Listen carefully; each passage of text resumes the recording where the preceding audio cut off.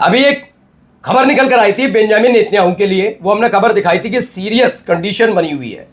बाद में वो पता लगा कि इजराइल की मीडिया की तरफ से ये कहा गया है कि अब सब कुछ चंगा सी, कोई मतलब नहीं, सब कुछ ठीक है, जो उनको कैंसर था वो ठीक है सब, लेकिन अब ब्लड कैंसर की खबर है। जी हाँ, एक ऐसा व्यक्ति, मैं कभी किसी के ऊपर, किसी को रोग हो, कोई बीमारी हो, गंभीर बीमारी हो, मैं ऐसी बातें नहीं करता, लेकिन ये बात सच है कि जब आप हदें पार करते हैं, जब आप कोई घटनाक्रम को अंजाम देते हैं और उसके बाद उसी घटनाक्रम को लगातार अंजाम देते हैं और उसे देश सुरक्षा से जोड़ते हैं, तब ऐसी बातें करना जरूरी हो जाता है। आपने जो गजा में किया, क्या बेंजामिन नेतन्याहू ने जो गजा में किया, उसका परिणाम भुगत रहे हैं वो। क्यों कह रहा हूं? ब्लड कैंसर की खबर निकल कर आई है और हालत बहुत ज्यादा गंभीर है। यही नहीं, ईरान ने दोबारा से अपनी कुछ डिमांड्स रखी हैं और इन डिमांड्स में सीधे सीधे अमेरिका को बता दिया गया है कि अब थोड़ा आपको हद में रहना होगा, ये डराना धमकाना ये सब बंद करोगे तभी सब कुछ होगा। वहीं एक मिनी सबमरीन को लेकर खबर निकल कर आई है, स्ट्रेट ऑफ हॉर्मूज को लेकर। ये कहाँ जा रही थी, कैसे जा रही थी, ये ईरान से इसका क्या लेना देना है, तमाम चीजों को लेकर खबर है और भी कई महत्वपूर्ण खबरें आपको दिखाता हूं। नमस्कार, मैं हूं प्राजपाल गौतम और आप देख रहे हैं the live TV. The live TV, सच सबसे आगे। पहले जरा ये खबर देखिए।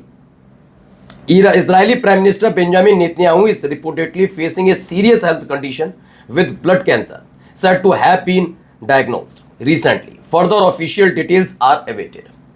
कहा जा रहा है बेंजामिन नेतन्याहू जो है वो बहुत बुरी तरीके से हेल्थ कंडीशन को फेस कर रहे हैं। बेंजामिन नेतन्याहू, ब्लड कैंसर उन्हें हुआ है जिन्हें डायग्नोज किया गया है और फिलहाल ये बताया जा रहा है उनकी हालत बड़ी गंभीर बनी हुई है। ऐसी हालत है कि फिलहाल कुछ कहा नहीं जा सकता, जांच रिपोर्ट आना भी बाकी है, कई और जांचें कराई जा रही हैं, लेकिन हालत बहुत ज़्यादा गंभीर बताई जा रही है बेंजामिन नेतन्याहू की। इसीलिए वो ज़्यादातर बैठकों से भी दूरी बनाते हुए नजर आ रहे हैं। क्या है, कैसा है, जैसे जैसे खबर निकलेगी हम आपको बताएंगे, लेकिन फिलहाल मैं फिर कहता हूं कि इंसान अपना सब कुछ यहीं भुगतता है, सब कुछ।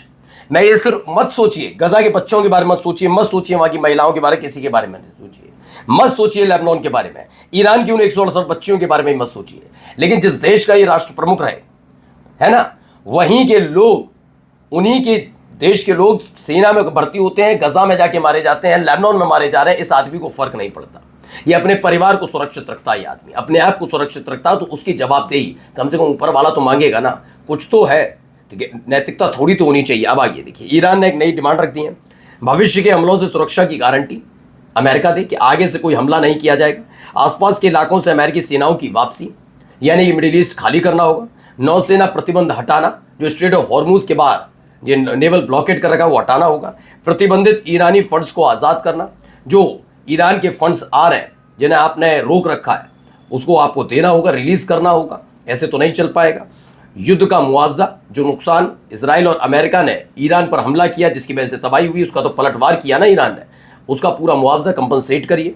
प्रतिबंधों की समाप्ति, जो इतने सालों से इतने बरसों से अब ये लगा दो, वो लगा दो, तुम इससे ये नहीं खरीदोगे, वो नहीं खरीदोगे, इसके यहाँ नहीं जाओगे, उसके यहाँ नहीं जाओगे, इसके यहाँ दूतावास नहीं खुलेगा, इसके यहाँ राजदूत नहीं होगा, इससे कोई मेल मिलाप नहीं, ये सारी चीज़ें बंद करो। तब सभी मोर्चों पर लड़ाई बंद हो, सभी मोर्चों का मतलब लेबनान पर अटैक भी इसमें शामिल है। फिर सुन लीजिए, फिर बता रहा हूँ, सभी मोर्चों का मतलब लेबनान भी है और गजा भी है। हॉर्मूज के लिए नए नियम बनाना शामिल है, जिसमें हॉर्मूज को लेकर अब नए नियम, क्योंकि पहली बार ईरान ने अपनी ताकत दिखाई और उसका असर भी दिखा, उन्होंने कहा हॉर्मूज पर नए नियम बनाए जाए।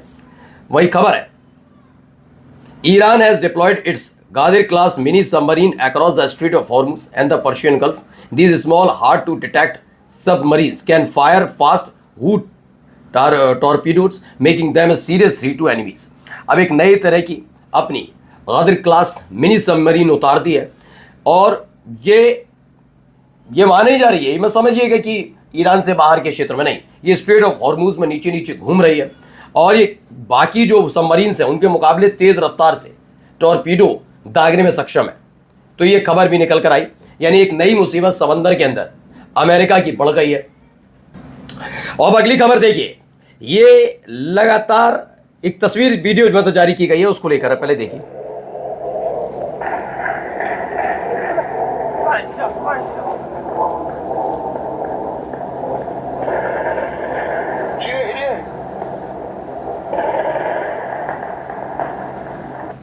तो Syria, for the first time ever Jordan bomb target in area of Shahba and Jubaida just few kilometer of Hijri home town.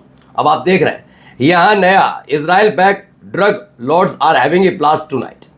ये दावा किया गया है कि वहां पर लगातार ये हमले किए गए हैं और अब नया मोर्चा क्या ये खुल रहा है। क्यों ये मोर्चे लगातार एक के बाद एक खुल रहे हैं, इसको ही लेकर तो ईरान ने अब शर्त रखी है अपनी कि इस तरह के मोर्चे खुलना और इस तरह के मोर्चों को बंद करना होगा, हर तरफ हमला कर देना, कहीं पर भी ये सब नहीं चलेगा। मिडिल ईस्ट के से एक साथ रवाना होते वायुसेना की कई परिवहन पर नजर रखी जा रही है। ऐसा ड्रॉप साइट की खबर है जिसमें ये देखिए पूरा बताया गया है कि कहां से कैसे जा रहे हैं, कैसे लौट कर आ रहे हैं, इसमें क्या सामान आ रहा है, इसको लेकर भी खबर है। एक आई ओसानाइट द्वारा साझा किए गए ओपन सोर्स उड़ान जो ट्रैकिंग डेटा है, उसे पता चला कि शनिवार को सैटरडे को कम से कम 8 अमेरिकी वायुसेना के C-17A ग्लोमास्टर, C-5M सुपर गैलेक्सी रणनीतिक सैन्य परिवहन विमान एक साथ मिडिल ईस्ट के लिए रवाना हुए, जिनका जो रूट था वो यूरोप और अमेरिका की तरफ था।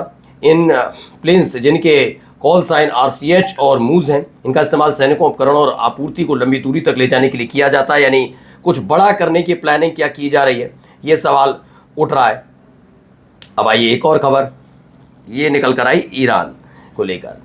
ईरान के आर्मी स्पोक्स पर्सन है, नो शिप वेदर फ्रेंडली और hostile can pass through the strait of Hormuz without the permission of our source. Before the war 3000 ships per month गुजरते थे, मार्च 2026 में 154, और अब फिलहाल Iran control the routing, the US sanction anyone who pay the toll.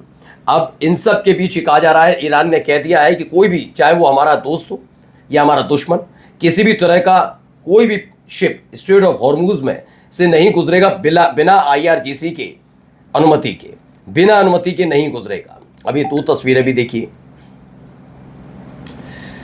तो ये 2 तस्वीरें निकल कर आई। An inbuilt warfare Israeli Hermes 450 use a side looking array of camera to record large swath of land in real time. Big data is then downlinked and analyzed by AI almost instantly to identify potential target.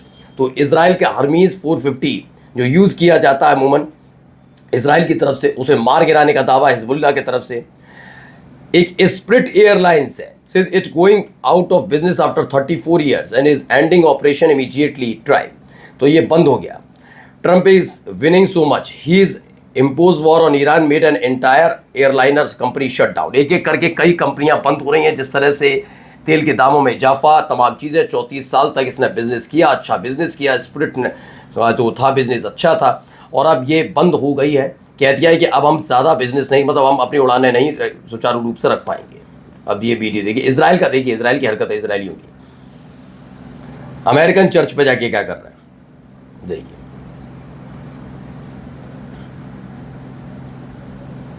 ये देख रहे हैं, देख रहे, थूक रहा है, क्या कर रहा है ये देखिए। ये हरकत है इनकी। अभी नन से बदतमीजी की थी, अब ये निकल कर आया है।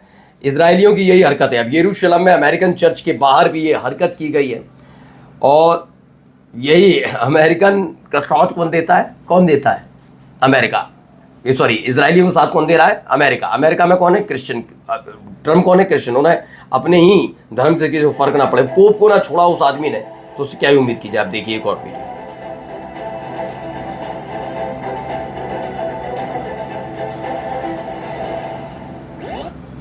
तो इसमें बताया गया, इसमें खबर है, मरकवा टैंक उड़ा दिया है।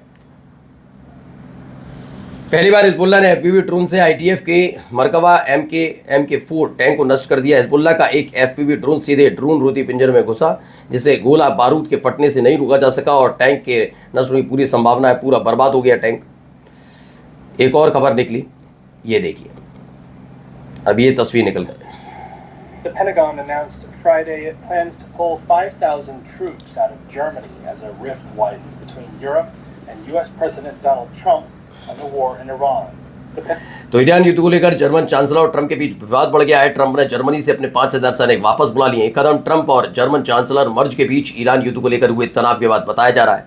रॉयटर्स की खबर है कि इस तरह का हुआ है, और इसी तरह के एक्टिविटीज़ की वजह से अभी भी मिडिल ईस्ट में तनाव बना हुआ है। नमस्कार।